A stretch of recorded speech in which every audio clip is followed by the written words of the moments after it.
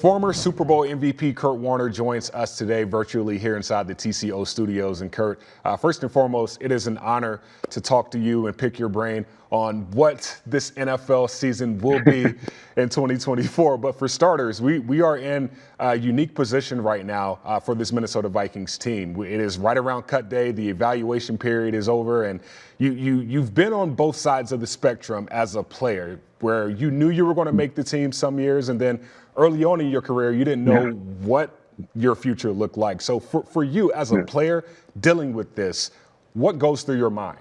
Yeah, I mean, these days are tough because you speculate, you go over everything, you go over all your performances in the preseason. Did I do enough?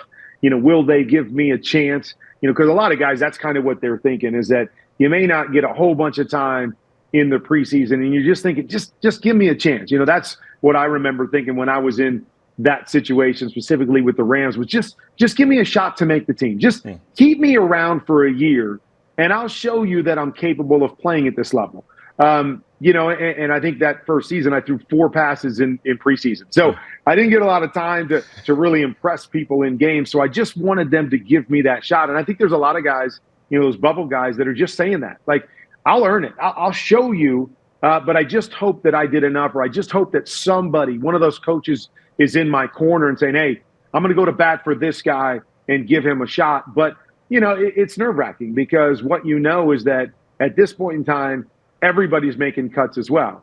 So it's not as if, okay, if I don't make it here, it's going to be easy for me to grab onto another team and make another roster. So at this point in time, you're really feeling like, unless you're more of a veteran guy that's proven himself, chances are I either make the team I'm on, or I'm probably sitting out or battling to try to find a roster spot throughout the season, or maybe even into the offseason. Those are all really good points. I'm just thinking about a guy right now who plays quarterback for this Minnesota Vikings team that understands that he's going to be the starter come week 1, Sam Darnold. Last year, similar to yourself, when you were getting your first start with the Rams, the year before, he was a backup. You were a backup 98 season. Thinking about the weapons that Sam Darnold is going to have with Justin Jefferson and Jordan Addison and so on and so forth, how would you describe what his thought process is going on, understanding you were in that situation with the Marshall Faulks of the world and so on and so forth? How would you describe that? Well, I mean, I'm sure part of Sam is excited, without doubt, because he does have such great offensive talent, solid offensive line. Aaron Jones in the backfield is a playmaker in a lot of different respects. And you mentioned a couple of the wide receivers, TJ. I mean, they got guys all over the place. So you walk into that and you're like, okay, this is awesome, because I don't have to do everything myself.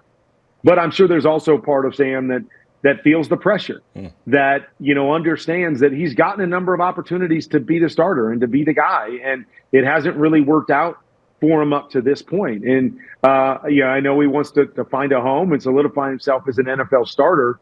And so I'm sure there's going to be a lot of pressure going in, knowing also that, they drafted a young guy, even though obviously he's not going to play this year. I'm sure Sam's, feeling both sides of the spectrum. Excited about the possibilities, excited about the team, excited to have another opportunity to be the starter, but also going, okay, this has happened a number of times. I need to make one of these opportunities work. I need to show people that I am that guy, whether it means long-term in Minnesota or somewhere else.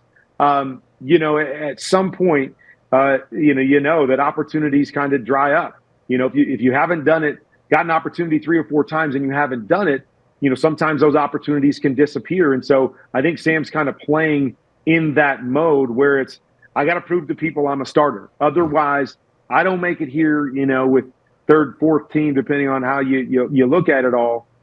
Maybe I'm relegated to being a backup in the NFL at this point.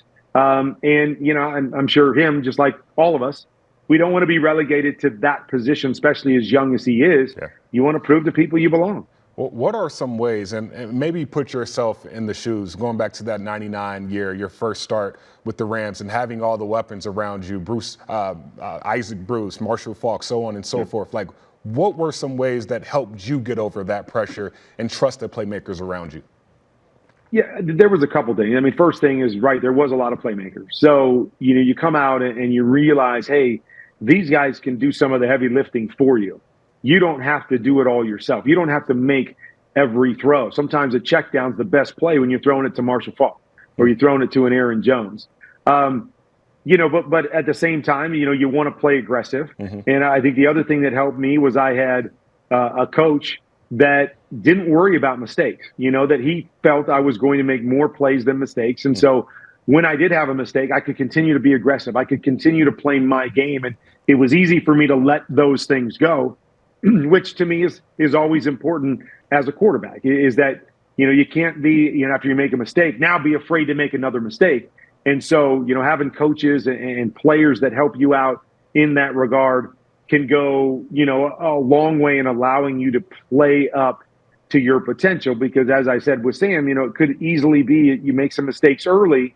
And now it's like, okay, I don't want to just keep making mistakes because I could lose my job or lose my position in the league.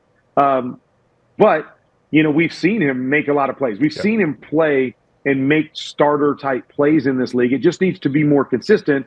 So he needs to play at his best. What helps him do that? Allowing everything to work through other guys, or having the confidence to say, hey, I'm going to let it rip. I'm going to believe that I'm going to make every throw. And if I make a mistake, throw that in the trash, and we go out and make more plays moving forward. So I'm interested to see his mentality and how they play and how he plays specifically early in the season. For sure. We know it's a team game and everyone has to rally around the quarterback. And thinking of how the Vikings have done so this offseason, acquiring a load of free agents, how have you seen this Vikings team progress? Or what are some things that this Vikings team can do to continue to progress in the right direction? Yeah. Well, I feel, we've talked about offensively, they're in great shape. Got some really good players up front to help protect their quarterback. Aaron Jones, to me, is a 3-down back that can do so many different things. We mentioned all the guys on the outside that, to me, I would continue to look at the defensive side. Losing Danielle Hunter, to me is one of those things that you go, okay, that's a big time player. Is there, some pass rush that they can go out and get? Can they secure the secondary, even more and grow in those areas? So, I look more defensively if they're going to make some moves or scoop some people up, now that cuts are made or in the free agency market, because I feel like they're in great shape offensively. But as well as I do, depth is always important, and it doesn't matter what position it is. And so any way you can bolster your roster to get more depth, to get more playmakers at any position, you look to do that. And so, I won't just say, oh, you only go out and get defensive guys. But, I think you continue to build that defense to couple with the offense, and I think this team has a chance.